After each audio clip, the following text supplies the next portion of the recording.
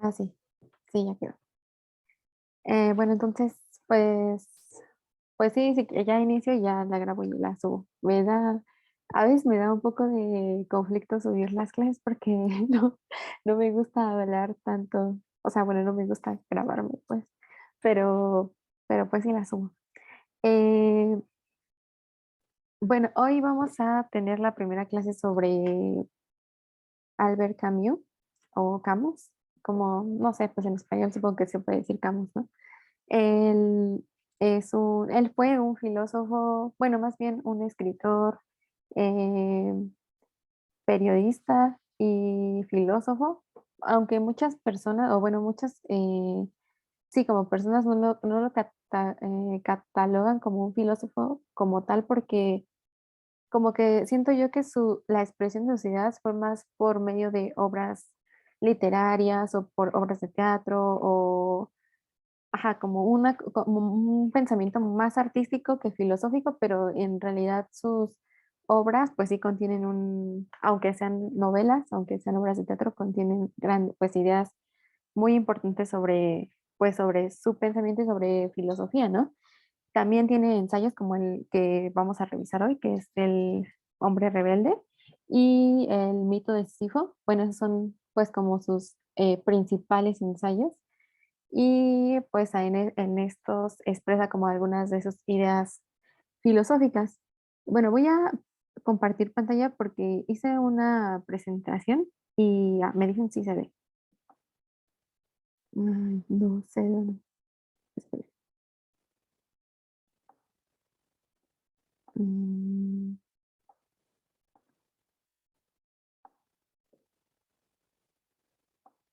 ujú. Eh, ay,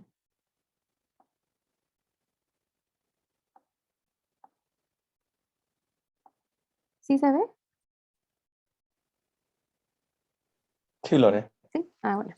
Bueno, entonces Albert Camus nació en 1913 y falleció en 1960.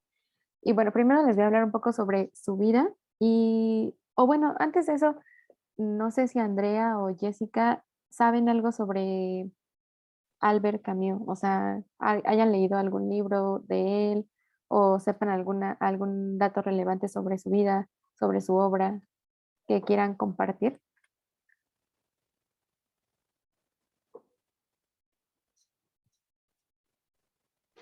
Bueno, yo nunca, nunca lo había escuchado, ni leído, ni sabía nada de respecto a él. Ah, ok. Muchas gracias, Jessica. Y Andrea, ¿tú sí sabías algo sobre él?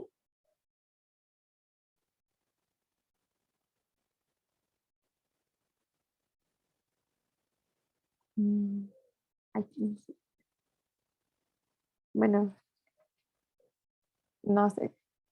No sé si tal vez no puedas usar tu micrófono, ¿verdad? Bueno, entonces si quieren, les voy a hablar un poquito sobre su vida y ya después vamos a hablar como un poco sobre su idea o su planteamiento filosófico por el que es el más conocido, que es el absurdo. Y ya después pues pasamos con la obra que nos tocaba revisar para el día de hoy. Entonces, bueno, Albert Camus nació en Argelia. Ay, se le había salido. Albert Camus nació en Argelia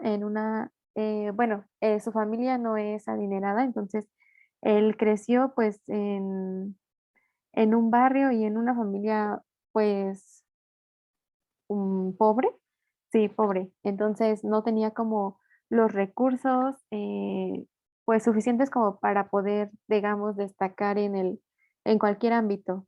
Pues tuvo una pues niñez y juventud pues normal, tranquila, ¿no? Pero él tenía un maestro que pues se dio cuenta de que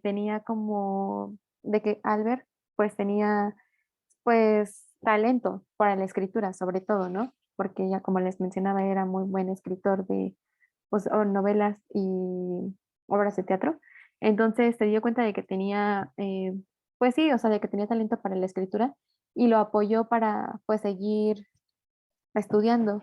Entonces, como su mamá, bueno, vivía con su mamá y su abuela porque su papá murió en la Primera Guerra Mundial, cuando él era todavía muy pequeño, entonces solo vivió con su abuela y su mamá. Y pues entonces él, ay, se me fue. Entonces su maestro lo apoyó para que pues convenciera a su mamá y a su abuela de que pues él siguiera estudiando porque pues tenía talento en esto pues de la escritura, ¿no? Entonces así fue como creció. También un dato curioso, por así decirlo, es que él jugaba fútbol pues en Argelia, pues jugaba, pero como era, es como una anécdota, ¿no? Como era muy pobre, pues él tenía el papel de portero, pues porque decía que de esa manera bueno, en esa posición se desgastaban menos los zapatos que pues siendo un jugador, ¿no? Normal. Entonces, pues por eso él era el portero y siempre tuvo como muy buena relación con el fútbol o con este juego, ¿no? Porque decía que justamente por haber jugado o haber practicado este deporte tenía algunas nociones o había desarrollado algunas cuestiones que más tarde pues influirían en su pensamiento. Después, bueno, en 1930, cuando él iba al liceo, tuvo que abandonarlo porque fue detectado con tuberculosis pulmonar, o es una enfermedad que en ese tiempo no tenía una cura como tal y pues pues toda su vida tuvo que luchar con esta enfermedad que es la tuberculosis pulmonar, ¿no? Y de hecho, pues estaba consciente de que quizás no viviría una vida tan larga por esta enfermedad, pero pues al final de, de todo, pues no fue esto lo que hizo que muriera, ¿no? Ya después, justamente cuando estaba en Argelia, empezó su carrera como escritor en revistas, donde pues ya daba algunas pistas sobre su pensamiento y como les digo, es que ya tenía, sí tenía como talento en esto de escribir, por eso su profesor le apoyaba siempre a que no abandonara pues la escuela y a que pues siguiera continuamente ahí, ¿no?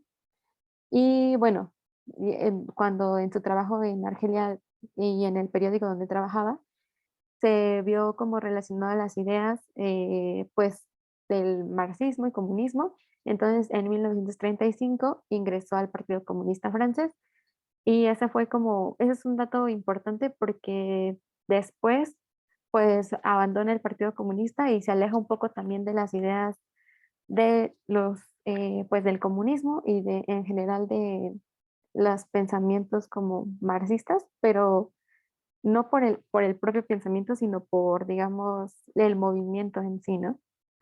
Después, en 1936, obtiene su diploma de estudios superiores e inicia su vida en el teatro. En ese año empieza a escribir obras de teatro y también a presentarlas en teatro. O sea, forma un club para presentar sus obras. Él es el director y los demás, pues, actrices o actores que representaban estas obras. Entonces, él, desde que estaba en Argelia, tuvo como mucha relación con el teatro. De hecho, la obra que les recomendó el profe, Los Justos, es una obra de teatro que pues él escribió, ¿no? No en ese tiempo, pero ya desde antes escribía.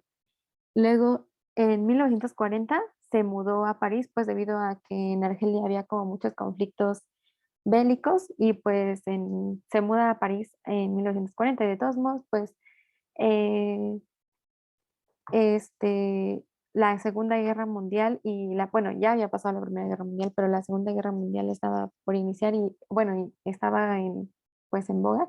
Y entonces él en París, pues, digamos, vivió todo lo que aconteció en la Segunda Guerra Mundial y la ocupación alemana en Francia, ¿no?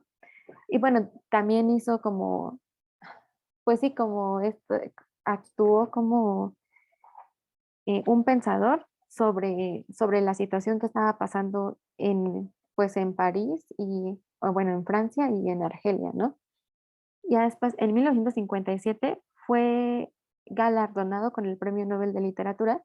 Y bueno, esto fue un acontecimiento muy importante en su vida porque, pues bueno, aparte de haber ganado el Premio Nobel, eh, fue muy controversial que no el hecho de que hubiera ganado, sino el hecho de que hubiera aceptado el premio o el reconocimiento de, pues, este galardón, por así.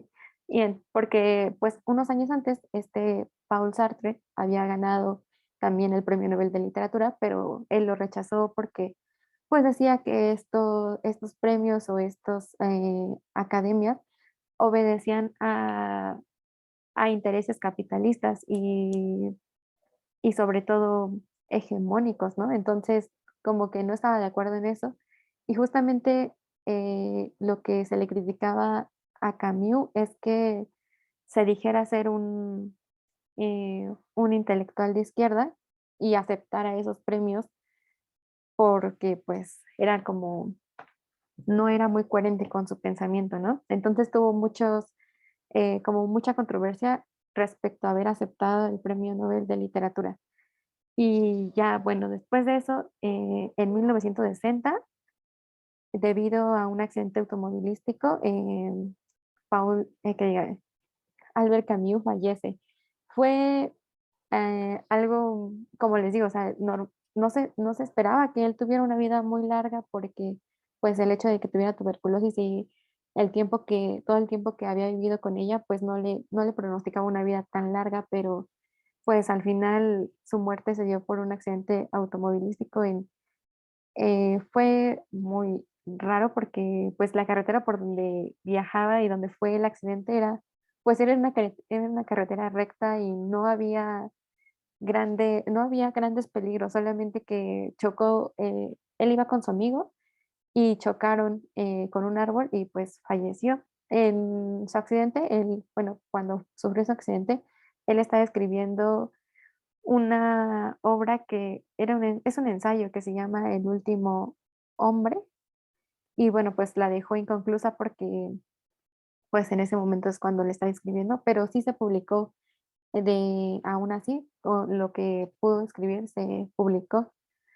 Y bueno, aquí tengo como dos cosas que son más bien como chismecitos que no son como tal, eh, bueno, sí, o sea, sí forman parte de su vida, ¿no? Porque pues obviamente lo vivió, pero esta carta es cuando ganó el Premio Nobel de Literatura, le escribió una carta a su maestro, el que desde niño lo había apoyado para que pues siguiera estudiando. Y bueno, esta carta ay, dice, querido señor, eh, pues no sé cómo se llama, Germán, he esperado a que se apagase un poco el ruido que me ha rodeado todos estos días antes de hablarle de todo corazón. He recibido un honor demasiado grande, que no he buscado ni pedido, pero cuando supe la noticia pensé primero en mi madre y después en usted.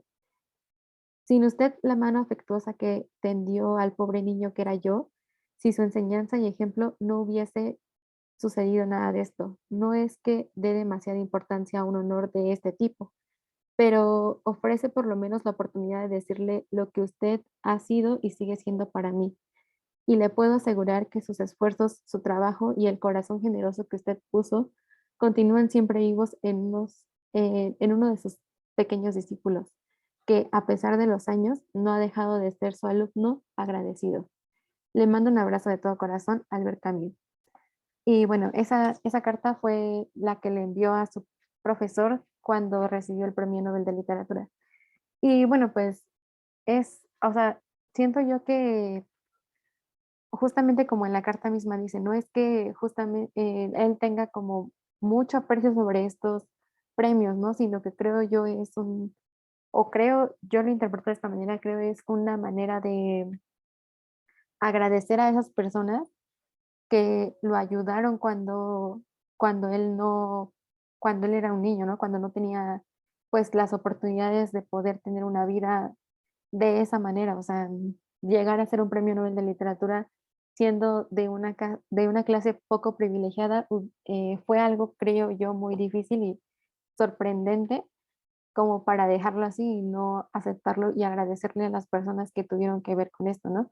Pero es claro que o sea, que quizás para otras personas que lo han tenido como, pues, Sartre, que era rico, que no tenía, que nunca tuvo que sufrir eso, pues no genere como este tipo de, pues, de sentimiento, de sentir, ¿no? Bueno, o no sé, pues yo lo interpreto de esa manera, pero pues bueno. Hay otra cosa, o bueno, otra cosa que les quería presentar es la controversia, pues también al escribir El hombre rebelde. De hecho, cuando publicó El hombre rebelde, él era amigo de, pues, de Sartre, de Simone de Beauvoir y de los intelectuales franceses, ¿no? Pero escribió el texto que vamos a revisar ahorita y pues tuvo mucha controversia porque Sartre escribió una opinión sobre este ensayo en su revista y no era una opinión muy buena, o bueno, más bien no es que no fuera una opinión buena, más bien era como que atacaba demasiado a su texto y lo atacaba demasiado a él. Entonces, pues en ese momento fue cuando dejaron de ser amigos porque pues no estaban de acuerdo ambos en sus ideas, ¿no? Y este video que les voy a presentar es justamente sobre lo que dijo, o bueno, algunas cosas, porque fue obviamente algo más extenso, algunas cosas de lo que dijo Sartre sobre la obra de, bueno, sobre El hombre rebelde de Camus. Y déjenme lo pongo. Mm, Solo que voy a, bueno, no. Es que iba a pausar la grabación porque luego en YouTube no, bueno, ya la dejo así.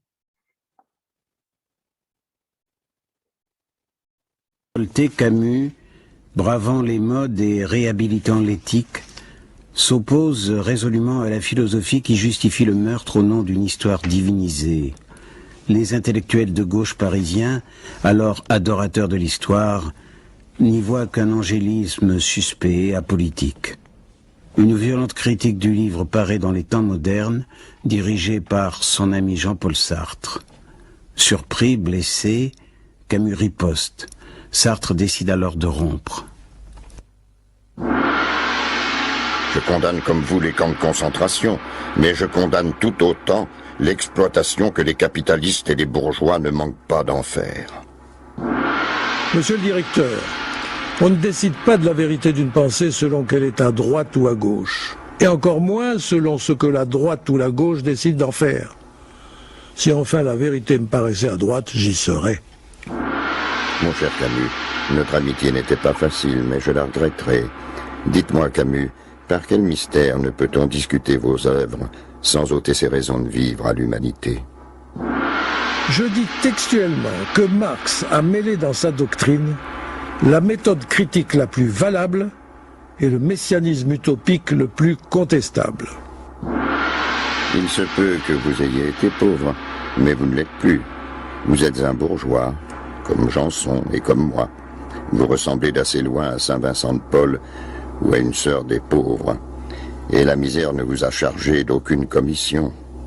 Et si votre livre témoignait simplement de votre incompétence philosophique, je n'ose vous conseiller de vous reporter à l'être et le néant. La lecture vous en paraîtrait inutilement ardue.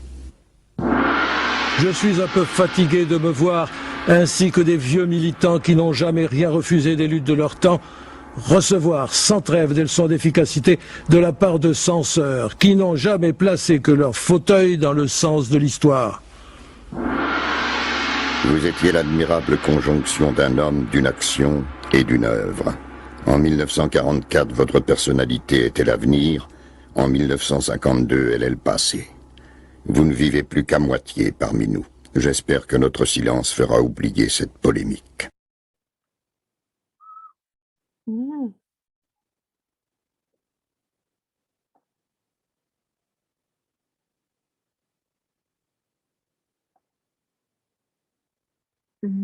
Bueno, entonces, bueno, esto es como a grandes rasgos la vida de Albert Camus. Y, ay, sí, y pues no sé, a usted, también cuando yo leí, bueno, cuando yo vi, les digo que en realidad el texto que le dedica Sartre pues bueno, como a la crítica que hace sobre el hombre rebelde, es muy fuerte, o sea, no solamente ataca pues ataca las ideas que presentó este Camus en ese texto, sino más bien incluso al propio Camus, como en el video que le dice que si el reflejo de su poco pensamiento filosófico es este libro escrito, pues que mejor no lea nada más o no lea su obra, ¿no? El ser y la nada. Y es como es un poco fuerte, yo creo, pero bueno, el chisme está chido de por qué se pelearon. Bueno, ya a mí se me hace divertido. Pero bueno, ahora voy a pasar a hablarles sobre lo que creo yo se conoce más de Albert Camus y por lo que la mayor, o algunos hemos escuchado al menos algunas veces, es sobre el absurdo o sobre la filosofía del absurdo, como que común, no como, comúnmente se asocia a Camus con la filosofía del absurdo o como el creador de la filosofía del absurdo. Y creo que algunas veces se ha malinterpretado como un pensador pesimista o como un pensador existencialista y él no se denominaba existencialista y mucho menos pesimista, pero bueno, entonces, si ustedes tienen como alguna duda o algo que sepan sobre esta corriente o sobre esta filosofía del absurdo, pueden escribirlo o hablar o alzar la mano, como quieran, y ya, hablamos sobre eso. Entonces, para empezar, el- en donde se toca más a profundidad el tema de lo absurdo, que obviamente se toca en varias de sus obras, en sus novelas también, como en El extranjero, pero donde digamos tiene como un desarrollo más teórico, más ensayístico, es en el libro que se llama El mito de Sísifo. Y bueno, este libro, en él se trata sobre pues lo absurdo y cómo es, cuáles son las salidas o cómo se supera el sentimiento de lo absurdo, ¿no? En lo que propone ese libro.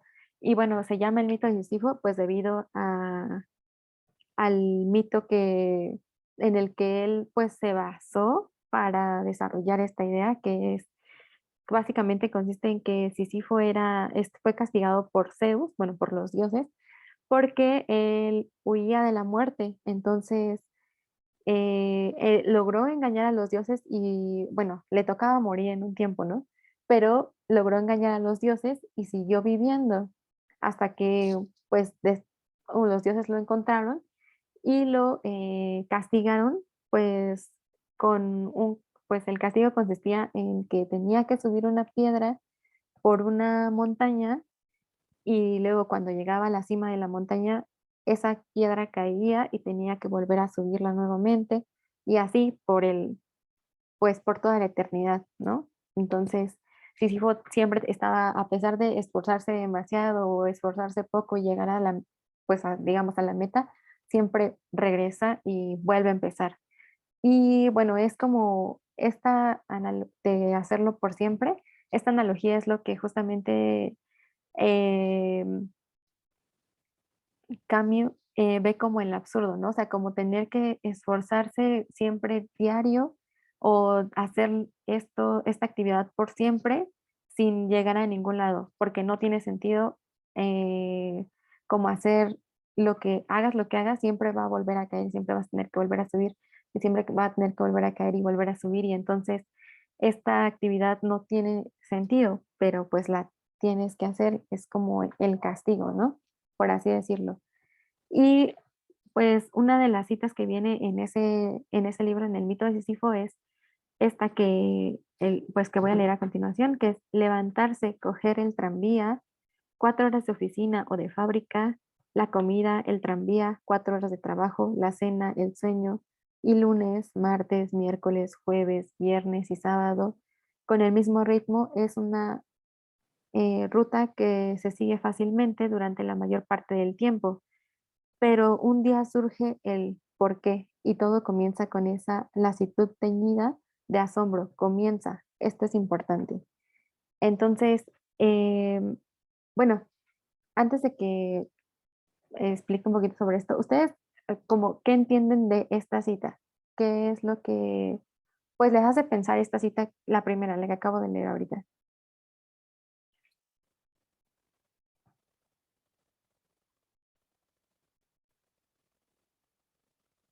Mm, Como que la vida no comienza hasta que rompemos, más bien hasta que comenzamos la reflexión, como el por qué. Y quería decir que rompemos la rutina, como que la rutina no es vida, la vida como automatizada. Lo que dice levantarse, coger el tranvía, todo eso es como vida muy automatizada. Ajá, sí, justamente eso es a lo que quería llegar Camilo, o sea, que a pesar de tener esta vida, como tú dices, automatizada o esta vida que, digamos, estamos de cierta manera condenados a vivirla una y otra vez y todos los días, no sé, o sea, hasta que te preguntas el por qué estoy haciendo esto, o sea, por qué diario me levanto, por qué no me quedo acostada, ¿no? ¿Por qué hago esto? ¿Por qué trabajo en esto? ¿Por qué vivo de esta manera? Entonces es cuando empieza como el conflicto del, del, pues el conflicto, como este sentimiento que él llama de el sentimiento de lo absurdo, el sentimiento de que cuando te das cuenta y sigues generando y dices, bueno, pues al final me voy a morir, al final esto no tiene sentido, o sea, al final yo me quede acostada o levante y haga todo esto siempre, no tiene sentido, ¿no?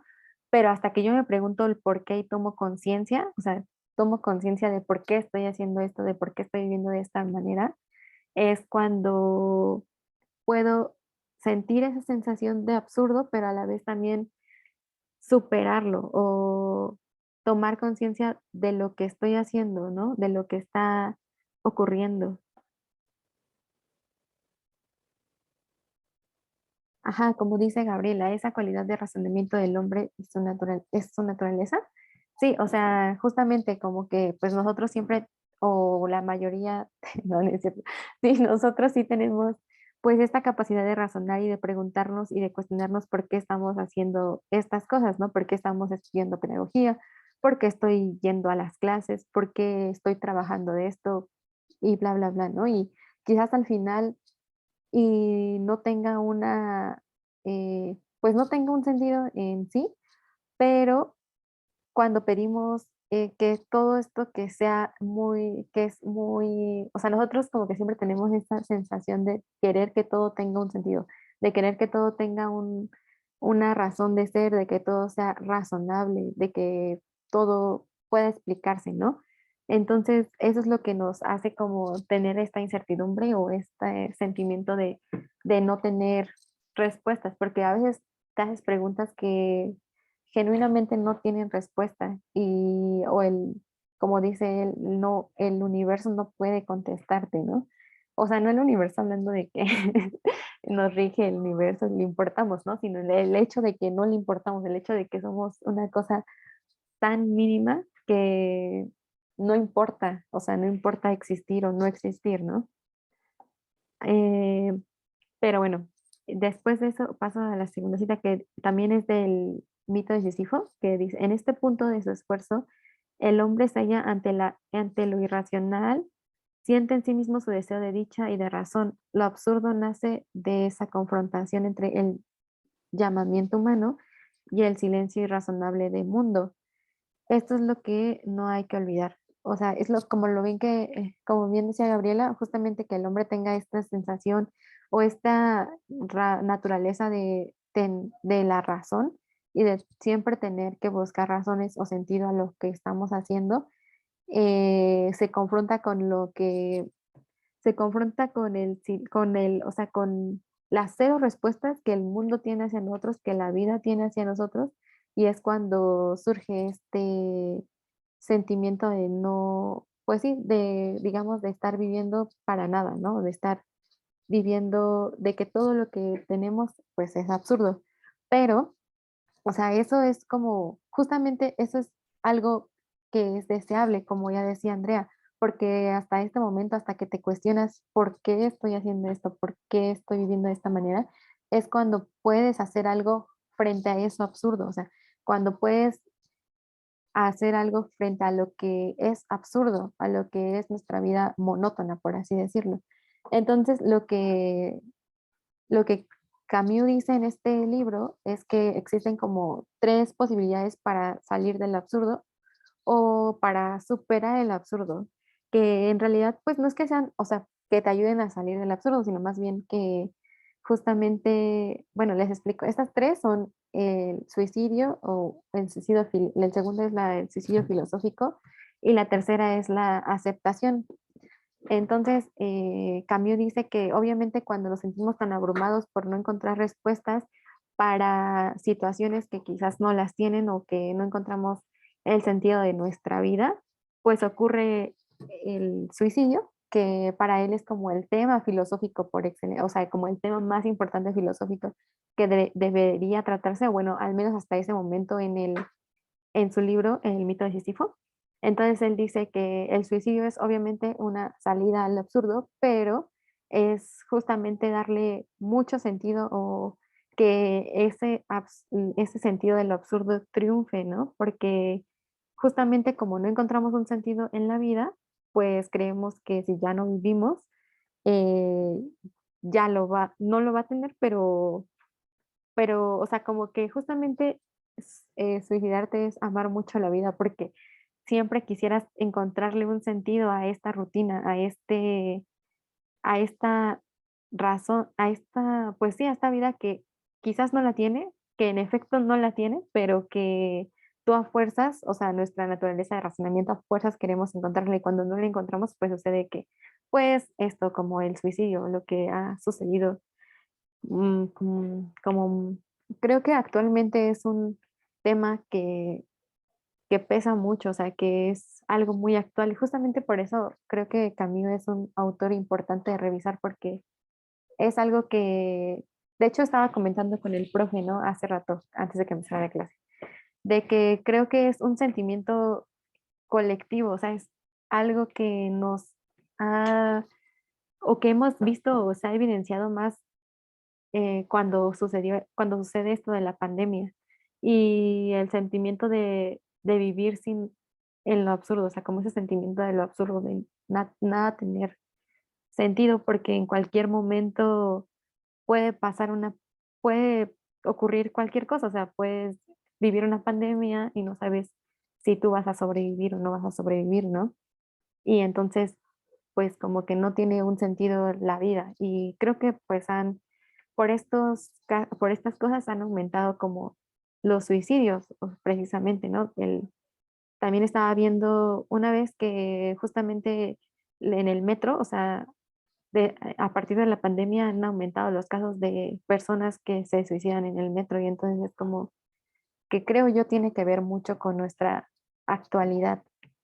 Pero bueno, dice que esa es una manera de, pues digamos, superar el absurdo, ¿no? No es que él lo defienda, porque de hecho él no es un autor pesimista ni que diga es que hay que hacer eso, ¿no? Sino que justamente no hay que caer en eso, sino hay que aceptar que la vida es absurda, pero por eso la razón tres, ¿no? Pero ahorita pasamos con esa. Y el punto número dos es el suicidio filosófico. El suicidio filosófico consiste en que pues él dice que de cierta manera es como matar tu pensamiento o matar tu cuestionamiento del por qué hago esto. Si no, o sea, si no te cuestionas, pues no sientes como esta angustia de por qué o por qué estoy viviendo, ¿no? Si no lo haces, pues simplemente no sucede nada y solo vives en la rutina como siempre y tal cual, ¿no? No sientes como que esa presión de por qué estoy haciendo las cosas. Y también se puede asociar a que justamente ese por qué se le atribuya a otras cosas, no sé, de mi vida tiene sentido porque cuando me muera voy a ir, o sea, no importa cuánto sufra aquí, pero cuando me muera voy a ir al cielo, ¿no? Como pues la religión. O sea, no importa cuánto sufras aquí, si cuando te mueras vas a ir al cielo o cuando mueras vas a estar mejor o este como paraíso prometido de las religiones. O también depositar como tu razón o tu sentido de vivir es que yo vivo por mis hijos o vivo por, mi vida tiene sentido por esto, o sea, mi vida tiene sentido por esta razón que es fuera de mí, no es dentro, sino como algo fuera que te hace seguir viviendo, pero en realidad ya no te cuestionas el por qué y como, pues como Andrea bien mencionado, o sea, justamente el por qué y como él también dice, o sea, el por qué es necesario porque es lo que hace que comencemos, o sea, que comencemos a tomar conciencia de las cosas, o sea, de la realidad en la que vivimos.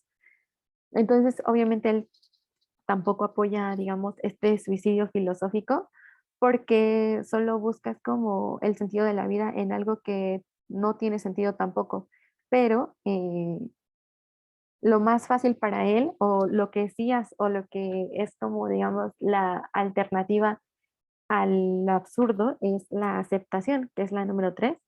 Y esta aceptación en el sentido de que, ah, bueno, ya no tiene sentido la vida, no importa, o sea, sigamos viviendo así sin sentido, ¿no?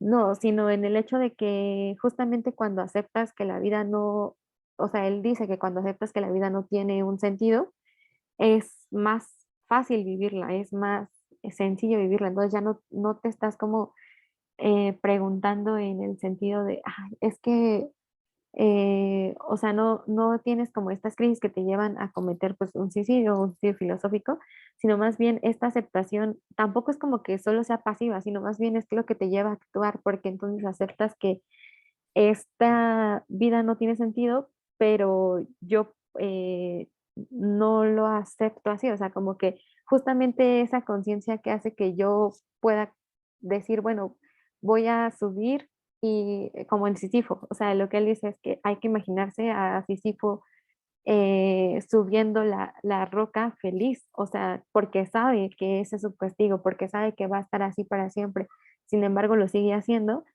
porque o sea, pues porque es como, es como afrontar que no tiene sentido, pero que a la vez eso que estoy haciendo tiene como algo que puede aportarme como, como subjetivamente, ¿no? O sea, algo que puede hacer que viva feliz haciendo eso, o viva más o menos cómodo haciendo eso, ¿no? Entonces, ahí en este punto 3 en la aceptación, es donde también surge la rebelión y es algo que pues conecta este ensayo con el hombre rebelde, ¿no? O sea, la rebelión también es aceptar que hay cosas que yo puedo, o sea, que yo puedo decir no y mm, no sé si, es que no sé si me estoy explicando. Es aceptar, pues sí, o sea, aceptar que no tiene un sentido, pero que aún así no por eso puedo quitarle, o sea, como la importancia a las cosas de la vida, pues porque aunque no tenga sentido, pues ya estoy aquí y pues hay que vivirlo, o sea, de la mejor manera posible, ¿no? Entonces, no sé si ustedes pues tengan algo que decir sobre este punto sobre, o sobre cómo entienden el absurdo ustedes, o si quedó claro esto de los tres, pues como digamos estas tres salidas o de superación al absurdo. Sí, Andrea. Yo no entiendo la rebeldía. No sé si puedes dar algún ejemplo en donde pueda entenderlo mejor. Es Sí, que no me queda clara la rebeldía. no, sí, pero es que justamente tenía, o sea, tiene que ver con el hombre rebelde, con lo que íbamos a ver ahorita, pero es digamos, lo que él decía es que si nos quedamos como en el absurdo, o sea, si no afrontamos el absurdo, esta cosa de decir, ah, es que no tiene sentido que yo haga esto o que no haga esto, porque de todos modos, pues me voy a morir, no tiene sentido. Ok, o sea, sí no tiene sentido, real no tiene sentido si eres buena o mala persona, pero cuando yo acepto el absurdo y digo, no tiene sentido, aún así puedo rebelarme ante eso, aún así puedo rebelarme y decidir ser una buena persona, eh, hace que no viva la vida por vivir, porque si me quedo como, digamos, viviendo en el absurdo, no importa nada de lo que haga. Es como, justamente, no sé si has leído, pues, El extranjero, su obra, ¿no? O sea, digamos, no, es que no me acuerdo cómo se llama el protagonista. El protagonista vive una vida, digamos, en el absurdo, porque justamente no lo ha superado. Lo que él quiere hacer es superar el absurdo. O sea, ok, a aceptar que no tiene sentido la vida, pero que aún así yo puedo rebelarme contra ese absurdo y decidir cómo ser, o sea, decidir darle un sentido propio, por así decirlo, pero intersubjetivo, o sea, no algo que esté fuera de mí, sino algo que esté dentro de mí y que ese sentido no sea como para dañar a las demás personas. No sé si me explico, es que no sé si me explico. Sí, me expliqué más o menos. Ya lo entiendo mejor. Creo Ajá. que lo que me confunde es que no sé por qué yo asocio mucho rebeldía como con algo negativo. Y como Ah, decías, como seguir viviendo y hacer cosas buenas, era como medio confuso para mí eso de rebeldía buena. ya, sí, así entiendo. O sea, es como, pues, rebeldía en el sentido de que, pues sí, o sea, o más bien, no es que él no dice rebeldía, sino dice rebelión, ¿no? O sea, lo que también está en el hombre rebelde, bueno, sí es rebeldía, rebelión, sí, pero no es que sea algo malo, sino más bien es algo que justamente como las personas que dicen, no, ya no quiero hacer esto o no lo quiero hacer porque no quiero hacerlo, ¿no? O sea, es rebelde porque estás diciendo no a algo que siempre ha estado ahí, pero no es que sea mal, no es que sea una cosa mala, sino más bien es como revelarte, como decir no a algo que siempre ha estado establecido ahí. Creo yo, en ese sentido, es como lo entiende Albert Camus. Bueno, entonces, ¿alguien más, no, o no sé si alguien más lo entiende de una manera diferente o sabe algo sobre esto de lo absurdo? Mm,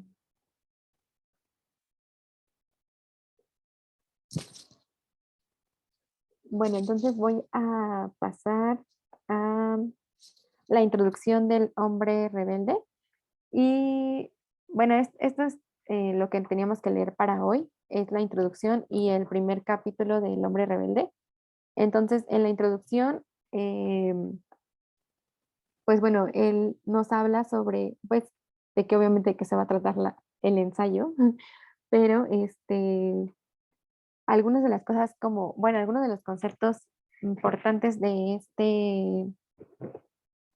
la introducción es el crimen lógico y empieza con una cita que, bueno, dice así, ¿no? La voy a leer, es la primera página, en la introducción, el primer párrafo. Dice, hay crímenes de pasión y crímenes de lógica.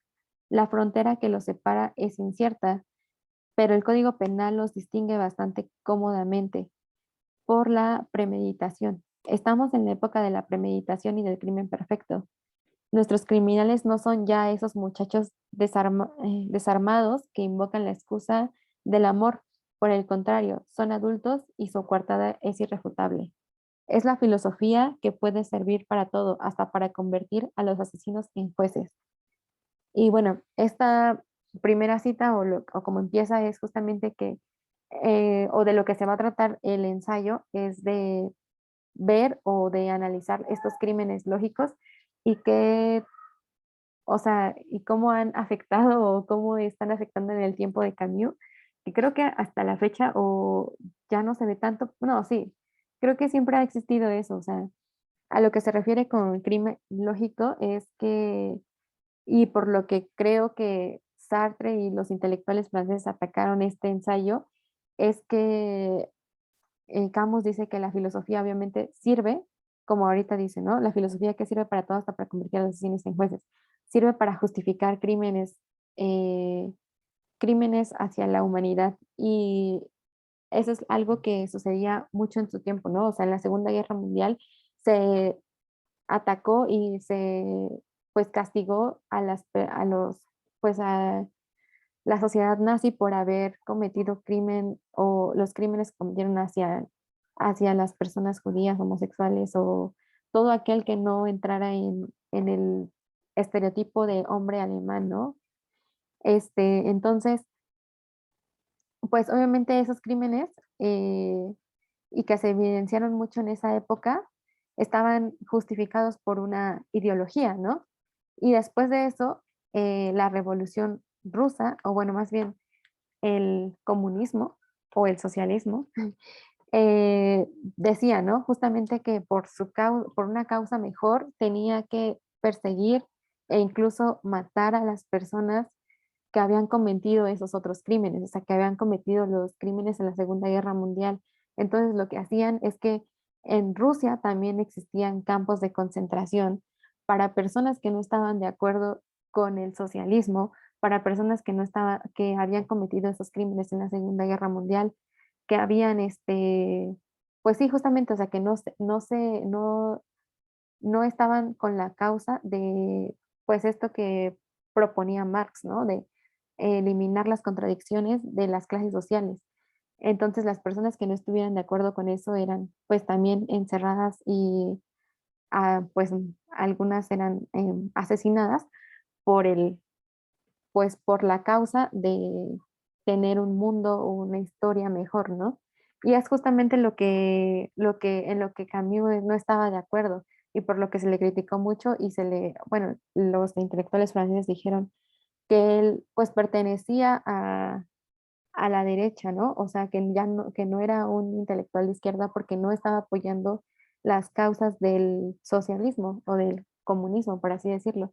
Y pues él no lo apoyaba porque justamente es como, o sea, están haciendo lo mismo que hicieron los nazis, pero lo están haciendo ustedes justificados en en una ideología que promete cosas que ni siquiera saben si se van a cumplir. O sea, prometes que si instauramos este régimen de socialismo, vamos a dejar de atrás las contradicciones que han marcado la historia de la humanidad desde siempre, como ya decía Marx, y no importa qué, sino que el objetivo es llegar a ese, no importa si tienes que matar a un montón de personas, si tienes que asesinar a un montón de personas, el objetivo es llegar a ese, ¿no? Cuando te estás convirtiendo exactamente en lo mismo que estás criticando, pues, entonces, o que estás atacando o que quieres eliminar. Entonces, es justamente a lo que se oponía Camus, no era al comunismo como tal o a que no defendiera las causas de la revolución, sino más bien era que no defendía que el fin justificara los medios, o sea, que hubiera que tener que hacer muchas, o sea, asesinatos o crímenes diversos para llegar a ese fin, sino que eso es lo que criticaba, o sea, eso es lo que no le gustaba, o lo que no estaba de acuerdo Camus, pero pues o no sé si se malinterpretó o simplemente era como una crítica demasiado fuerte a lo que hacían los revolucionarios franceses y los revolucionarios rusos, o sea, sobre instaurar el socialismo a como diera lugar, no importaba qué, ¿no? Y bueno, ese es el crimen lógico o lo que él llama el crimen lógico, que es algo muy planeado y que es algo justificado por un bien mayor, cuando pues no tendría por qué ser así, o sea, la historia ni siquiera estaba asegurada o garantizada de que fuera así, o sea, de que cuando el socialismo triunfara las contradicciones de la historia que es esclavo y señor, se rompieran, ¿no? Entonces, pues a eso se refiere con el crimen lógico.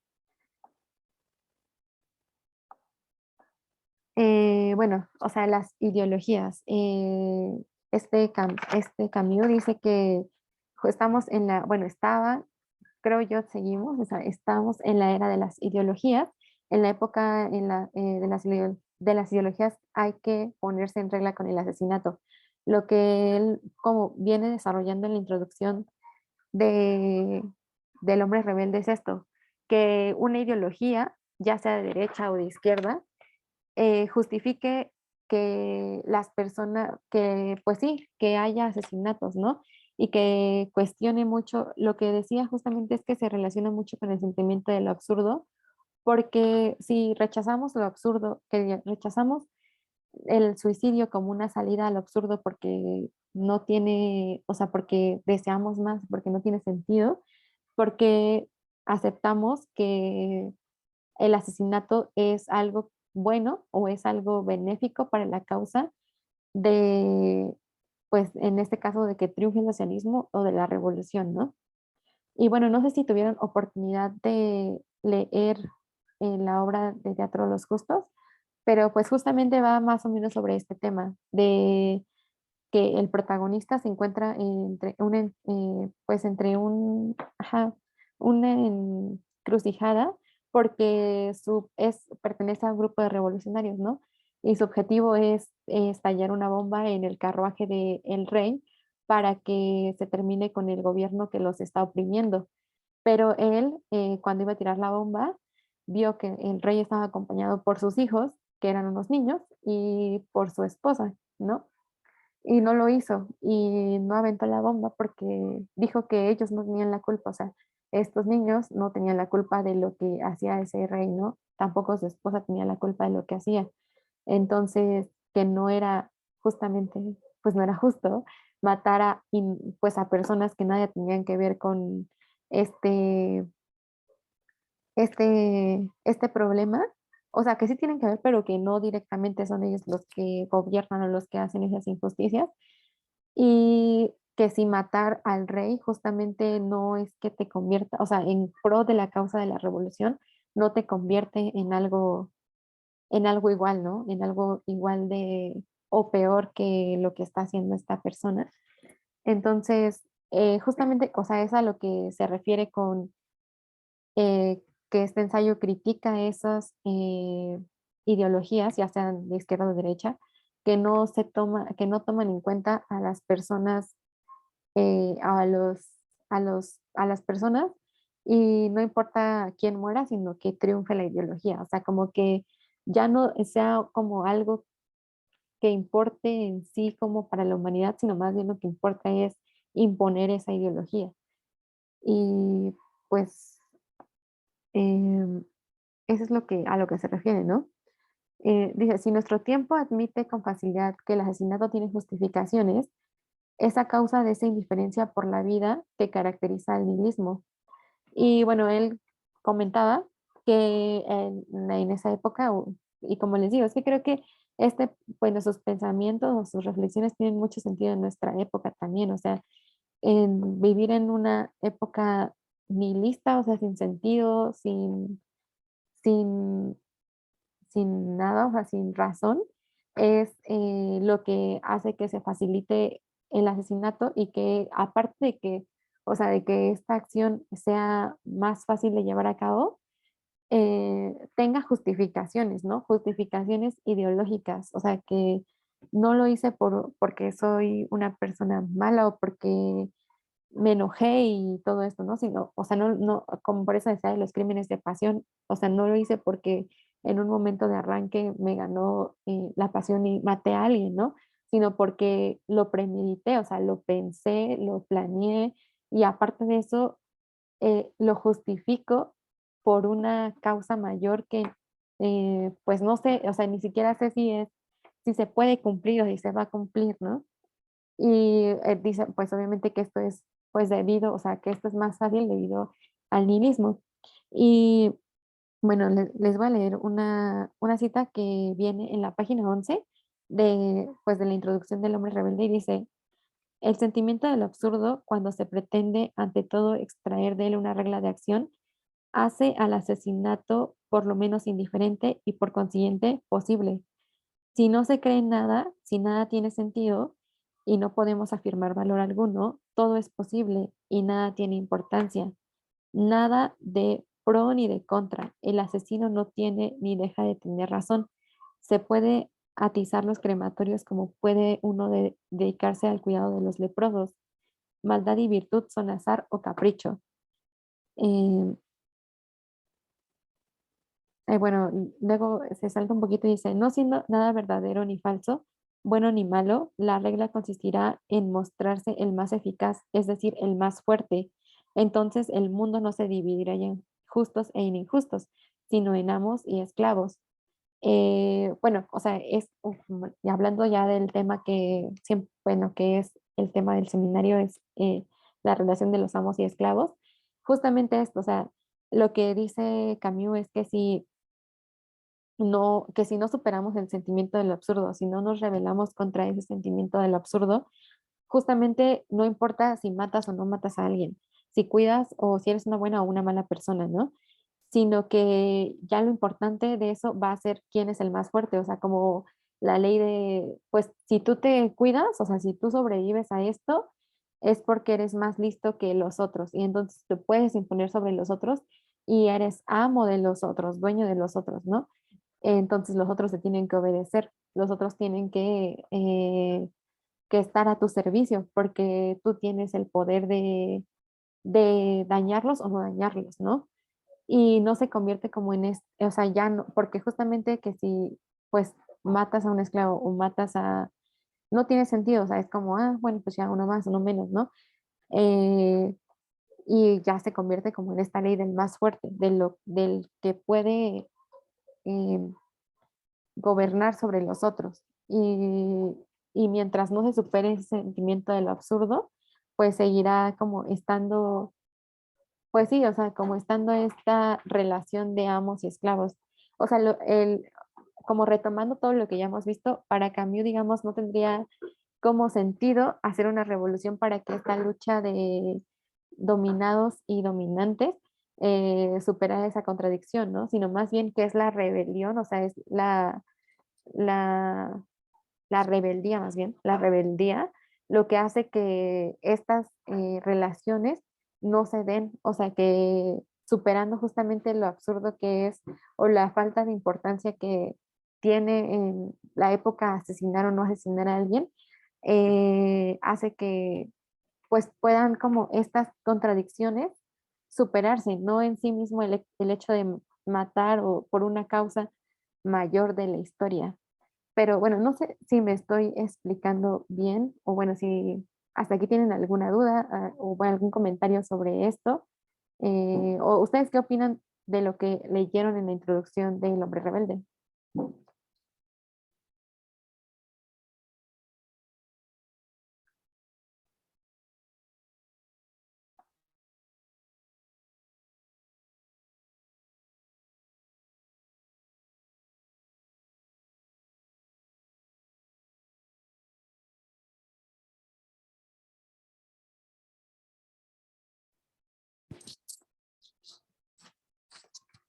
Am, bueno, si no, pues puedo pasar a la otra, pero déjenme paso a esto de la rebelión, de cómo, pues justamente la propuesta que hace Camus, ¿no? La rebelión es, yo grito que no creo en nada y que todo es absurdo, pero no puedo dudar de mi grito y tengo que creer por lo menos en mi protesta. La primera y la única evidencia que me es dada así dentro de la experiencia absurda es la rebelión. La rebelión nace del espectáculo de la sinrazón ante una condición injusta e incomprensible. Pues, o sea, es de lo que hablábamos hace rato, ¿no? O sea, de que la rebelión es algo que hace que superes lo absurdo que es la vida, o sea, lo absurdo que es la existencia, ¿no? Entonces, dice, o sea, aunque nosotros no creamos en nada y no podamos ya tener como algún sentido, en lo que sí puedo creer y en lo que sí puedo, de lo que sí puedo estar segura es de mi grito, o sea, de mi fuerza, de mi expresión de ya no querer vivir en una situación injusta porque, o sin razón, ¿no? De que yo estoy viviendo esta injusticia, ya no quiero tenerla, o sea, alzo la voz para no tener esta injusticia. Tal vez no creo que haya un futuro mejor, tal vez no creo que mis acciones tengan un sentido, pero sé que ahí está, o sea, que estoy hablando, que estoy revelándome, que estoy gritando y expresando, ya no quiero esto. En eso sí puedo creer porque está pasando, en eso sí nace como nace la conciencia de que estoy viviendo, de que necesito revelarme para ante esto que no tiene razón y que es injusto, ¿no? e incomprensible. Pues eso es a lo que este Camus, o sí, o sea, lo que Camus llama como rebelión. Y bueno, les voy a leer otra cita, es en la página 15, en el último, pues es como la continuación de esta cita. Dice, la primera y la única evidencia que me es dada así dentro de la experiencia absurda es la rebelión. Privado de toda ciencia, obligado a matar o a consentir que se maten, no dispongo sino de esta evidencia, que se refuerza además con el desgarramiento en que se halla. La rebelión nace del espectáculo de la sinrazón ante una condición injusta e incomprensible, pero su impulso ciego reivindica el orden en medio del caos y la unidad en el corazón mismo de aquello que huye y desaparece. Grita, exige, quiere que el escándalo cese y que se fije por fin lo que hasta ahora se escribía sin tregua sobre el mar. Su preocupación consiste en transformar, pero transformar es obrar, y obrar será mañana matar cuando no sabe si el asesinato es legítimo. Engendra justamente las acciones cuya legitimación se le pide. Es necesario, pues, que la rebelión extraiga sus razones de sí misma, pues no puede extraerlas de ninguna otra parte. Es necesario que consientan en examinarse para aprender a conducirse. Mm, pues bueno, o sea, justamente es a lo que, o sea, esta rebelión, por eso creo que pone, o sea, hace una distinción entre rebelión y revolución, ¿no? Porque la revolución que se estaba llevando en su época, que se estaba llevando a cabo para instaurar un régimen que prometía tener una vida libre de amos y esclavos, veía que no estaba funcionando y que lejos de superar esta situación absurda e injusta, la promovía más y solo hacía que estos crímenes ahora tuvieran una justificación por una ideología. Entonces, lo que él hace es como no tomar la palabra revolución, sino la palabra rebelión, que no son lo mismo, o sea, que podría parecer lo mismo, pero no es lo parecido, sino que la rebelión es justamente algo más personal, algo no, quizás que no, y eso lo explica ya más en el primer capítulo del Hombre Rebelde, ¿no? O sea, no es algo que sea en conjunto, que yo me organice con otras personas para, para rebelarme contra alguna injusticia, sino más bien es algo que nace personalmente, pero que a la vez de esa rebelión pues personal o individual surgen o es para todos, o sea, es para todas las personas que están sufriendo esta injusticia. Y no solo para mí, pero es un acto que solo hago yo y que no implica el hecho de tener que asesinar a alguien o el hecho de tener que, mm, ajá, o sea, de tener que menospreciar o ridiculizar a otra persona que está cometiendo esta injusticia, ¿no? Y, ah, ¿qué pasó, profe? Sí, Lore, está muy bien. Está muy bien que ya hayas llegado hasta este punto porque pues precisamente de eso va la obra de teatro Los Justos. O sea, estos jóvenes que están en la Revolución Rusa o en ese contexto, ¿no? Y entonces dicen, ¿qué hacemos? Ponemos una bomba al zar, que es a quien queremos matar. Dicen, pues sí, ¿no? Hay que matarlo, listo. Pero siempre que viene el zar, viene con su esposa o viene con sus hijos. Y entonces ahí entra el problema, que es el problema filosófico por excelencia para Camus, el suicidio, ¿no? La muerte. Y ese es el problema. O sea, como yo lo veo es que la razón, como la hemos visto, por ejemplo, en Kant, como la vimos en Hegel, y se podría revisar en muchos más, en Schiller, en Schelling, Fichte, etcétera. Ellos consideran todavía que la razón es como, digamos, o especulativa o práctica. ¿no? O solo sirve en tanto especulativa para crear conceptos, pues, o bien esos conceptos someten a la voluntad a ellos mismos y entonces la razón se vuelve práctica. Y entonces Camus, en la introducción y en lo que nos estás platicando ahorita, está señalando algo bien cabrón y está diciendo, es que lo que pasa es que en realidad, si volteamos a ver al hombre real, Camus es un existencialista, ya no piensa en el hombre abstracto, ¿no? Así, sino piensa en el hombre, como diría también este existencialista español, en el hombre de carne y hueso, pues vemos que en realidad también utilizamos la razón, la misma que exaltaban los alemanes, la razón y la lógica para justificar y matar al otro. O sea, la razón no solo es para crear conceptos, también la utilizo deliberadamente para lastimar, para, ¿qué más? Para matar a los demás y entonces, pues eso es lo que hacemos, es como un síntoma de nuestra época, ¿no? Pasa algo y utilizamos, ahí sí, utilizamos la lógica para justificar por qué deberían matarlo, por qué deberían matarla, por qué sí deberían encerrarla, por qué sí debería pasar tantos años en la cárcel. Y es la misma razón que en teoría podríamos usar para crear conceptos como sería en la filosofía especulativa, ¿no? Entonces eso por un lado, decir la razón, ya aquí también se vuelve una herramienta para castigar. Después los mismos alemanes se lo van a criticar a Kant, por ejemplo, a Adorno y Horkheimer en la dialéctica de la ilustración. La misma razón es la que utilizamos para deforestar grandes pedazos de, de bosque, ¿no? Por ejemplo, cosas por el estilo. O sea, la razón no es solo lo que nos habían dicho ellos, también lo utilizamos para otras cosas. Y también eso es el hombre. También justificamos racionalmente matar, ¿no? ¿En qué momentos utilizamos la razón para justificar la muerte del otro o incluso la de uno mismo? Si uno se queda hasta ahí, pues la verdad es que no pinta bastante bien el mundo.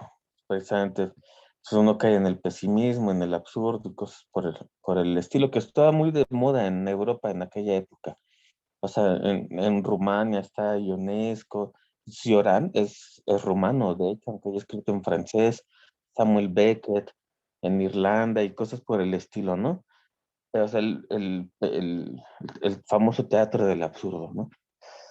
Y entonces la diferencia, y es lo que está diciendo Lore, es que Camus dice, sí, existe el absurdo, pero yo no me quedo ahí, ¿no?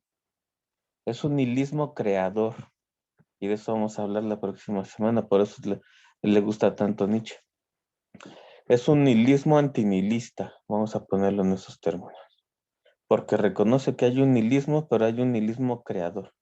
Y entonces, el que dice, pues sí, si sales a la calle, la neta, tú estás de la chingada, ¿no? Pensamos ahorita en nuestro país, que no es nuevo, o sea, no es de ahorita, ¿no? Tampoco, lleva años esto. Ujú. Bueno, entonces, o sea, estoy pensando en las mujeres desaparecidas, en tantas cosas, en el trabajo infantil, que es algo que lastima un montón, ver a niñitos trabajar, ¿no? Y cosas por el estilo, descalzos. Entonces uno diría, no, no, no, si esto es la vida, pues, mejor no. Ajá, la vida es una nada. Es el paso de una nada a otra nada. Venimos de la nada, pasamos a este mundo, que también es una gran nada, para regresar a la otra nada. La vida es el paso de una nada a otra nada. Y entonces, visto en esos términos, pues no vale mucho vivir. O esforzarse, como el personaje del extranjero, ¿no? Le dan la noticia de la muerte de su madre y dice, bueno, pues es mi mamá, parece que esperan que tenga que ir para su funeral, ¿no? Y cosas así. Porque no tiene sentido. Pero a cambio dice, no es cierto. El rebelde, y de ahí si quieres continuar, Lore, perdón, el rebelde precisamente se revela frente a ese pesimismo, ¿verdad? Dice, no, sí, sí vale vivir, sí, sí es importante. Te quieres revelar, afirma la vida. Oye, pero es que ya viste a dónde vamos así. Ajá, pues por eso te tienes que revelar. Yo lo veo casi, casi como el superhombre nichano. No hay de dónde agarrarse, pero aún así le dice sí a la vida. Ujú.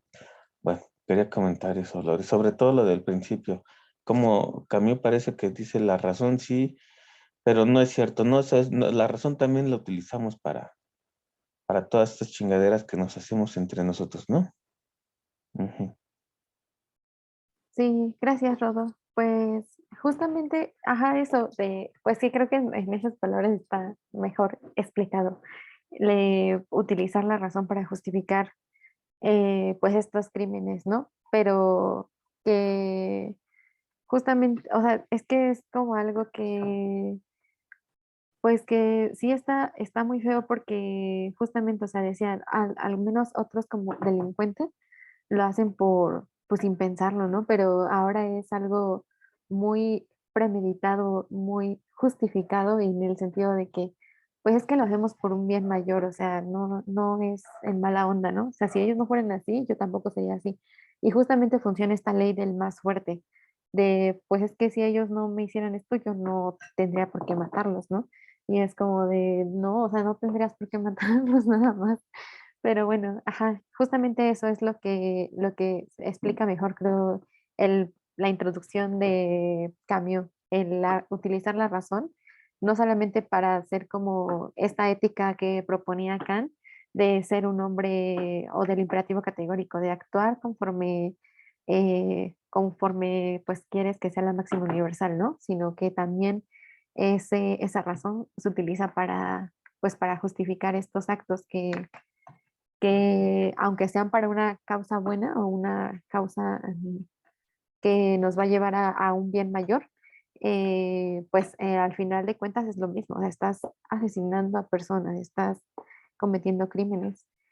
Y entonces, pues sí, o sea, en general de eso va la introducción del hombre rebelde que hace Camus.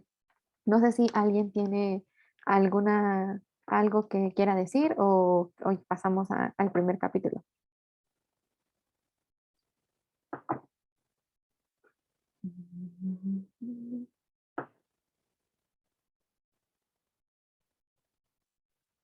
Yo creo que hay que pasar. Sí, Ujú. pero voy a pasar al... mm,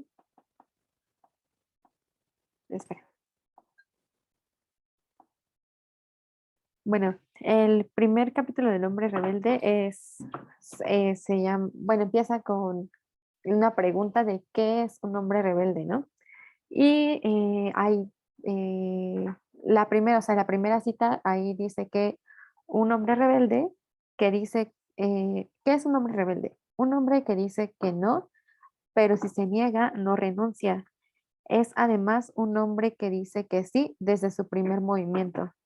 Un esclavo que ha recibido órdenes durante toda su vida, juzga de pronto inaceptable una nueva orden. ¿Cuál es el contenido de ese no? Significa, por ejemplo, las cosas han durado demasiado, hasta ahora sí, en adelante no. Vais demasiado lejos y también hay un límite que no pasaréis.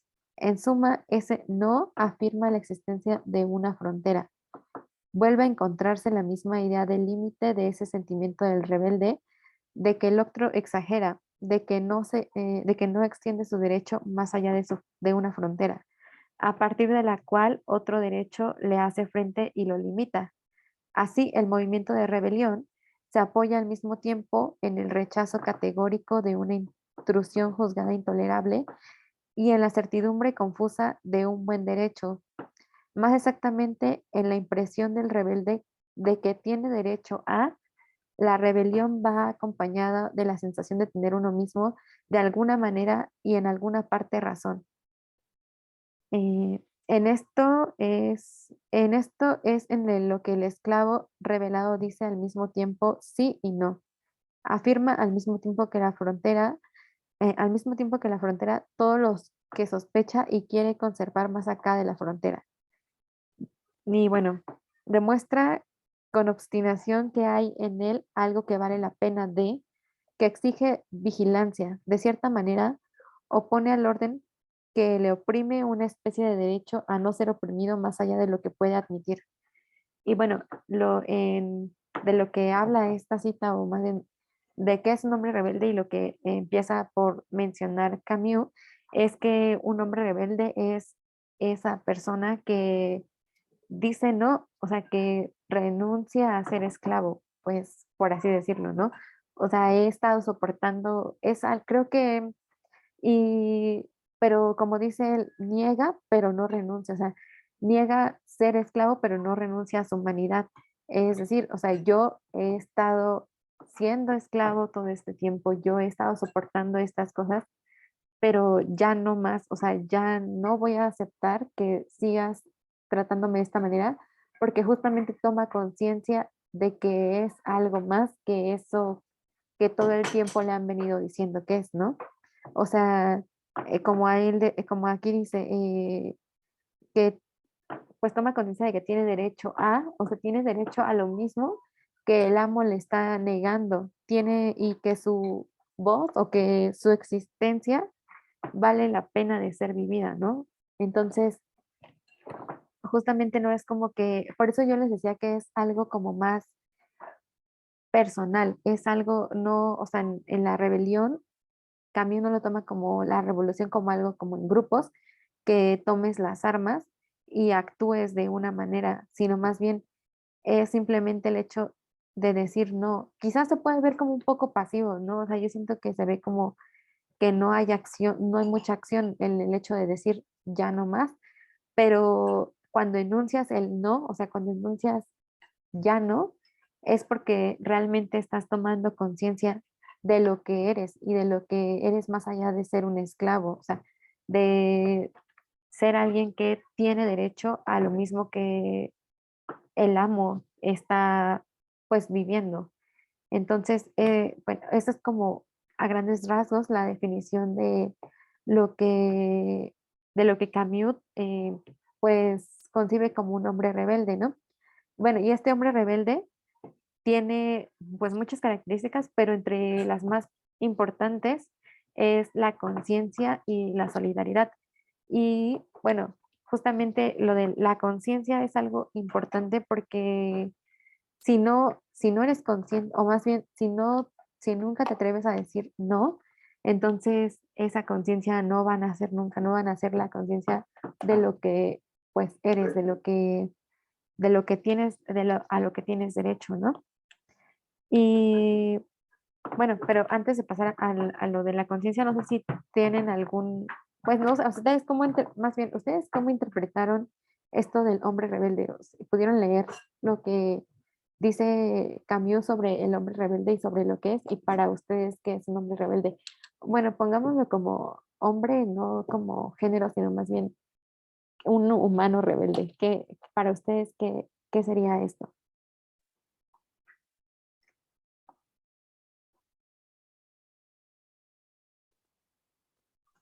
Como una persona que razona, una persona pensante. Ujú.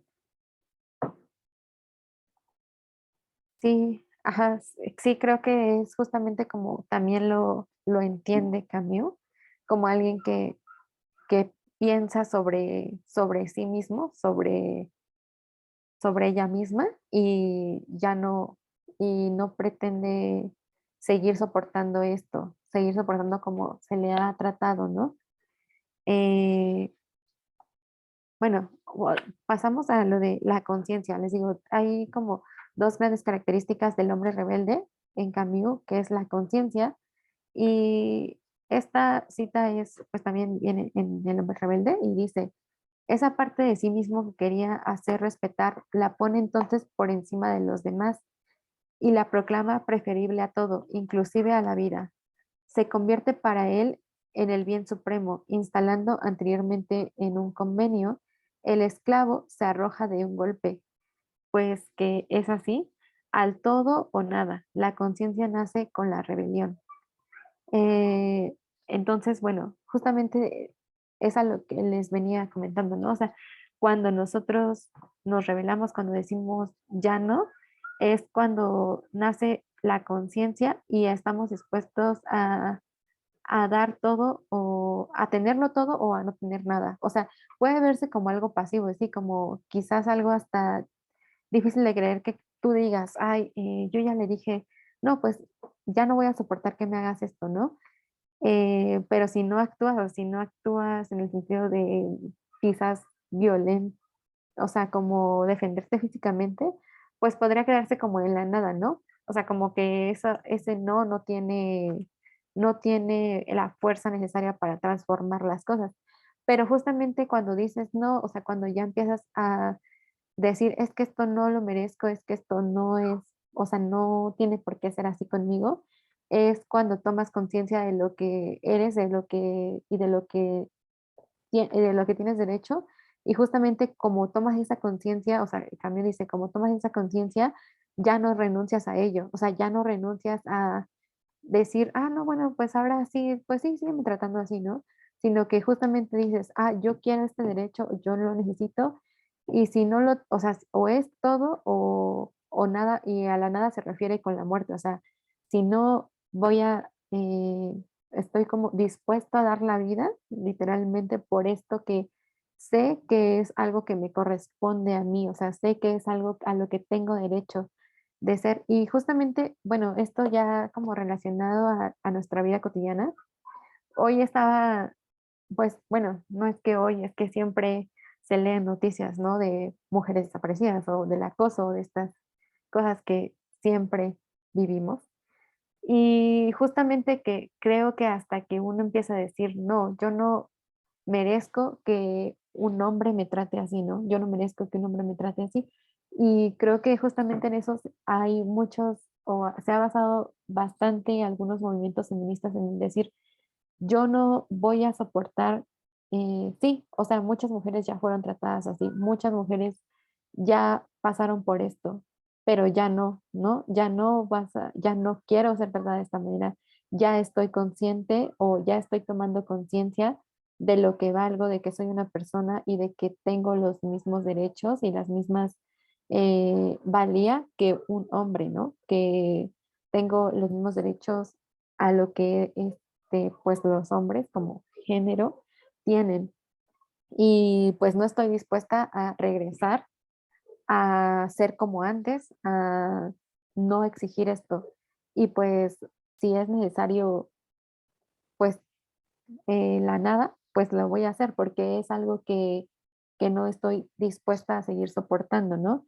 Y que igualmente es una lucha que es o sea, que es colectiva entre mujeres, pero que también pues empieza desde uno mismo también, ¿no? Desde una misma, desde poner límites a las personas que te están haciendo daño o a los hombres, ¿no? Que te están haciendo daño, desde decir no, ya no, o sea, ya no voy a permitir que me trates de esta manera.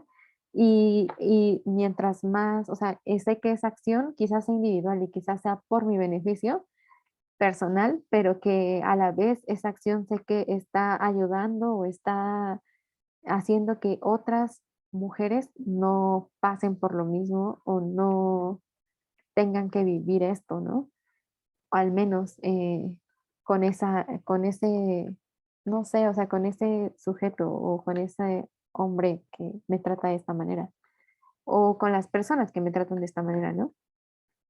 Pero bueno, el segundo es el surgimiento del todo o nada muestra que la rebelión, contrariamente a la opinión corriente y aunque nazca en lo que el hombre tiene más estrictamente individual, pone en tela de juicio la noción misma de individuo.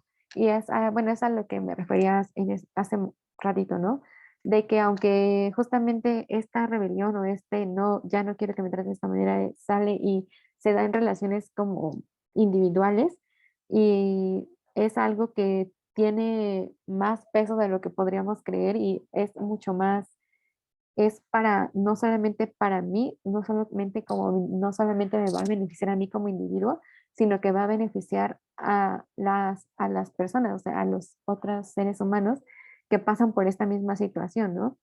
Porque incluso el que alguien se atreva a decir no, el que alguien se atreva a denunciar o a ser, pues, y rebelde en cuanto a cómo se ha establecido, o sea, cómo se ha establecido, por ejemplo, el modelo de ser mujer y alguien diga, no, yo no quiero hacer eso. Alguien que diga, hasta este momento sí era así, pero yo ya no. también inspira a que otras personas tomen la misma iniciativa, ¿no? O sea, se rebelen y digan, no, ya no, eh, aunque fue una decisión o una acción individual. Bueno, y esa es como la parte que Camus ve en cuando dices no, cuando te revelas de consciente, ¿no? O sea, cuando haces esto es porque estás tomando conciencia de tu valor como persona y como ya no soportar ser esclavo, sino más bien eh, tener los mismos derechos que tiene esta persona que te está sometiendo. Y otra de las características que Camus ve del hombre rebelde es la solidaridad. Y bueno, dice que observamos después que la rebelión no nace solamente y forzosamente en el oprimido, sino que puede nacer también ante el espectáculo de la opresión de que otro es víctima. Hay pues en este caso identificación con el otro individuo. El individuo no es, por tanto, por sí solo el valor que él quiere defender. Son necesarios para componerlo por lo menos todos los hombres. En la rebelión, el hombre se supera en sus semejantes, y desde este punto de vista, la solidaridad humana es metafísica. Simplemente no se trata de, por el momento, sino de esa especie de solidaridad que nace de las cadenas.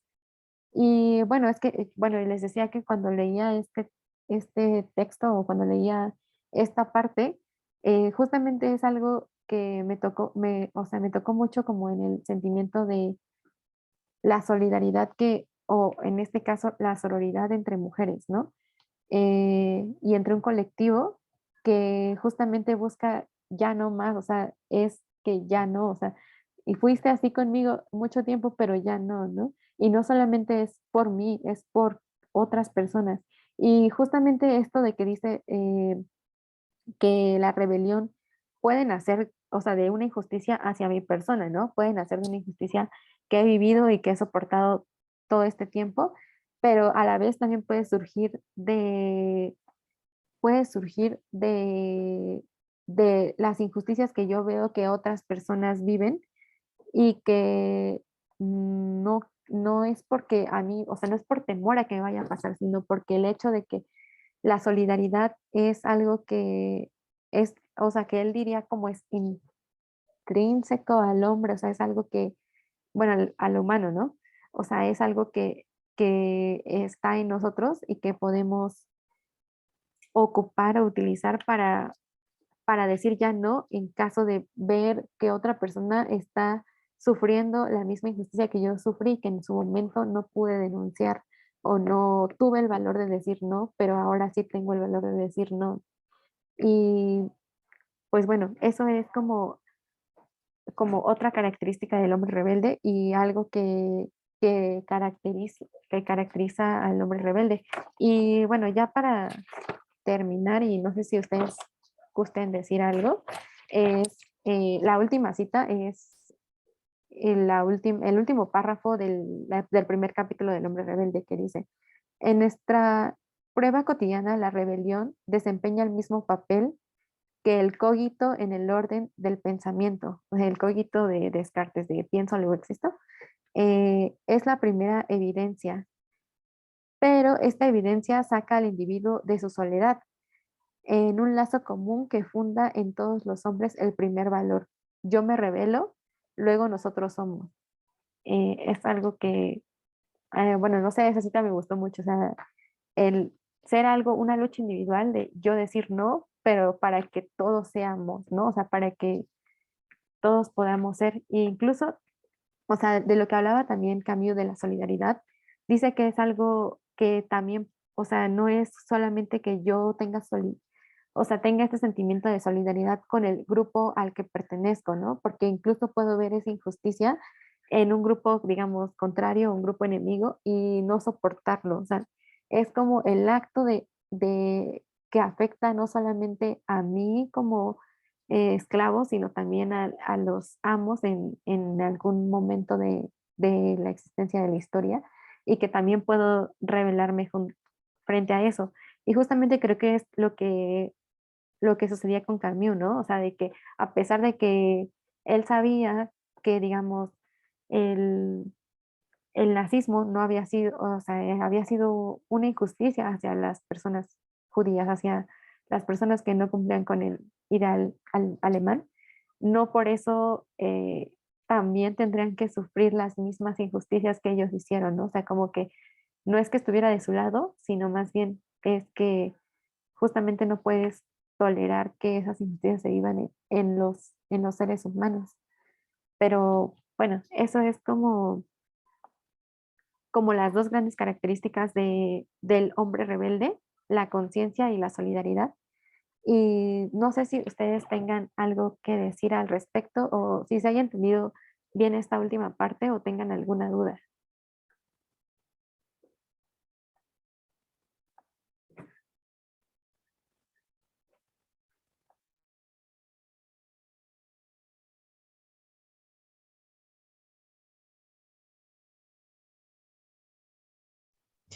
Me Lore. gusta pensar que, ay, perdón. No, tú, Andrea, por favor. Tú. Ok. Me gusta pensar que así como, por ejemplo, hacerle mal a alguien pensando, pues tiene hijos, esposa, y si muere con una bomba salen afectadas más personas, también la rebeldía y la solidaridad son algo que puede regarse y empapar a las personas que rodean, ¿no? Por ejemplo, todos los ejemplos que has dado fuertemente de me rebelo contra la violencia sistemática de los hombres y eso no solamente es para mí, sino que es también para otras mujeres. Me gustaron mucho tus ejemplos del día de hoy, Lore. Y ya, eso es todo. Gracias, Andrea. Pues sí, o sea, creo que yo también siento que, bueno, es que estas ideas son, yo creo, muy chidas, y algo que debería existir, pero también siento que es algo, pues, un poco difícil, ¿no? O sea, el hecho de que solamente por el hecho de decir no, ya hasta aquí ya no, pudiéramos, eh, pues, sobrevivir en este mundo, pero a veces no es así. Pero creo que, como tú dices, sería muy, muy bueno que este sentimiento de solidaridad y conciencia se contagiara e hiciera que justamente que fuéramos, ¿no? O sea, que nuestra rebeldía hiciera que luego nosotros seamos. Entonces, pues no, pero muchas gracias, Andrea. ¿Qué pasó? ¿Qué ibas a decir todos? Bueno, pero antes, ¿hay alguien más que quiera decir algo? Anímense. ¿Alguna pregunta, Lore? ¿Algo que quisieran que profundizara o que desarrollara un poco más? O...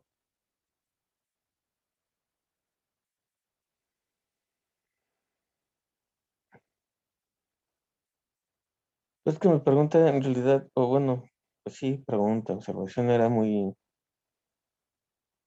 yo creo que muy simple. Este, ¿Se puede enseñar entonces la rebeldía de Camus en el ámbito escolar y cosas así? En la escuela, en la educación formal y todo esto. ¿Se puede enseñar así la rebeldía de la que está hablando Camus o cómo aparece?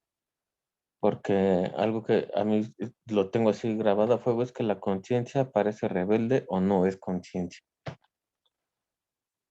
Ujú. Jessica no es simple. Ujú. Ajá. ¿Qué opinas? Lo de ustedes mismas, ¿qué opinan? O Yaret, no sé. Pero tú, Lore, ¿qué piensas? Que como dice Jessica, no es simple. O sea, es que yo también cuando estaba leyendo esto, dije, ay, o sea, ¿de qué manera? O sea, sí lo pensé, porque sabía que quizás me ibas a preguntar algo así, pero eh, no sabía, o sea, es que yo por más que buscaba, creo que en ámbitos más, en educación informal, obviamente que se puede hacer, ¿no? O sea, desde la casa, pero en ámbitos formales, no sé cómo, o sea, creo que podría ser el hecho de cuestionarse, o sea, de que los profesores no solamente castigaran una mala conducta, o sea, o algún acto injusto hacia sus compañeros, sino que a su vez, o sea, se hiciera como un acto de conciencia de por qué ese acto no solo afecta al compañero al que se lo está haciendo, ¿no? Sino que afecta a la comunidad, a todos, o sea, que afecta a, pues al salón entero, por así decirlo. Pero enseñarlo como tal, como un contenido, o sea, como hoy vamos a ver cómo ser un hombre rebelde, eso pues yo creo que no se puede, más bien es como en actos pequeños, ¿no? Y atreverse también a darle, justamente como lo veíamos en la clase de Paulo Freire, o sea, atreverse a perder un poco la humildad como de ser maestro, o sea, más bien a atreverse a ser más humildes siendo maestros, ¿no? Y aceptar que nosotros también nos equivocamos, que podemos aprender de los niños, darles más voz a los niños, como lo que hablaba ayer esta Vanessa, sí, no, Viridiana, Anaki. ¿no? Sí, Viridiana, de justamente, ¿no? Darle más voz a los niños y hacer que sus voces se escuchen, porque obviamente que ellos también han sido muy atacados, o sea, muy mm, esclavizados por los adultos, ¿no? De tener que ser lo que yo le digo porque yo sé, porque yo veo el mundo así, tú vas a hacer esto por esto. Ni siquiera le das una razón, ¿no? Entonces creo que atrevernos más a, a, a escucharlos, a escuchar sus voces, a escuchar sus propuestas, es algo que también da posibilidad de que ante alguna injusticia que ellos sufran, puedan decir, oye, no, o sea, yo no voy a, o sea, está bien, eres mi maestro, está bien, eres mi mamá, eres mi papá, eres mi hermano mayor, pero no voy a hacer esto, ¿no? No voy a permitir que me trates de esta manera, no voy a permitir que me hables de esta otra manera. Creo que eso es como poner límites y escucharlos. Es algo que podría hacer que justamente se posibilite que haya más hombres y mujeres rebeldes. Pero también pienso que en nuestra época, o sea, la verdad, cualquier cosa ya es violencia, cualquier cosa es, no sé, ¿no? No sé, es muy, para mí es muy difícil, ¿no? Tal vez porque me encuentro en un entre. Pero, por ejemplo, el propio Freire, ya en la pedagogía de la autonomía, decía cómo distinguir autoridad y autoritarismo. La autoridad es necesaria. Y yo, o sea, yo creo que Freire, perdón, Camus, te está diciendo sí, la autoridad, o sea, un poco como Freire. De hecho, por ahí va la tesis de Osiris, ¿no? Que salió de estos, o sea, hizo lo mismo, ¿no? Estuvo en textos y después tomó los dos seminarios y ahora hace su tesis de Camus y de Freire, precisamente, ¿no? Ahí va. Entonces, o sea, no creo que Camus esté diciendo no a todo, ¿no? Porque hay cosas a las que, o sea, ¿cómo distinguir autoridad y autoritarismo? Porque la disciplina es necesaria. Si no, no se llega muy lejos, sinceramente. Pero bueno, lo que sí estoy de acuerdo contigo es cómo finalmente, pues no puede acabar en contenido, en un programa de estudios, Camus, porque entonces, pues no, ahí como que no hace mucho. Esta conciencia rebelde está en un montón de lados, ¿no? Yo creo que está en los defensores ambientales, por ejemplo, está en las mujeres del Valle de Oaxaca, en los grupos o sociedades matriarcales. O sea, ahí está, por ejemplo, de ellos podríamos aprender bastante, ¿no? Pero bueno, sí, por ahí va la pregunta precisamente. Ujú. Muy bien, no sé si alguien más o tú, Lore, si quisieras ir ahora sí cerrando. Pues no sé si alguien más quiere decir algo, pero bueno, sí, o sea, sí, también es un poco difícil, ¿no? Sí, como tú mencionabas, no es como que Camille esté diciendo no a todo, ¿no? sino más bien es justa, o sea, es que por eso habla como de la solidaridad, ¿no? De estar conscientes de que yo como individuo sí voy a decir no, pero porque este acto de decir no va a beneficiar a más personas y no es porque va a hacerle daño a la comunidad o porque va a, o porque solo es en beneficio propio, ¿no? O sea, o sea, sí es un acto individual, pero tiene que ser un beneficio colectivo, tiene que ser algo que sea también o sea, que algo también que como afecte a los demás, pues a las demás personas que están viviendo conmigo y que no sea pues así justamente pues para nada más, o sea, nada más decir no porque no, pero es el problema, o sea, que justamente hasta qué punto es, pues, necesario que alguien diga no y hasta qué otro punto es necesario que aunque diga no, pues sí lo haga, ¿no? Porque, pues sí, la, no sé, pero sí, la disciplina sí, obviamente que sí es necesaria, pero es que no sé cómo se puede llegar a ese punto medio en el que justamente sí diga sí, pero también no. Pero bueno, ya no, yo no tengo pues otra cosa más que decir, más que pues gracias por haber asistido a la clase y que pues espero les haya quedado un poquito claro. Si no, pues de todos modos en la otra clase pues ya vamos a ver el otro capítulo, que no me acuerdo cómo se llama. Y por eso los digo por el grupo de WhatsApp, ahorita el profe nos dice. Y pues que gracias por haber asistido. Muchas gracias, Lore. Estuvo muy bien. Ujú, muy bien.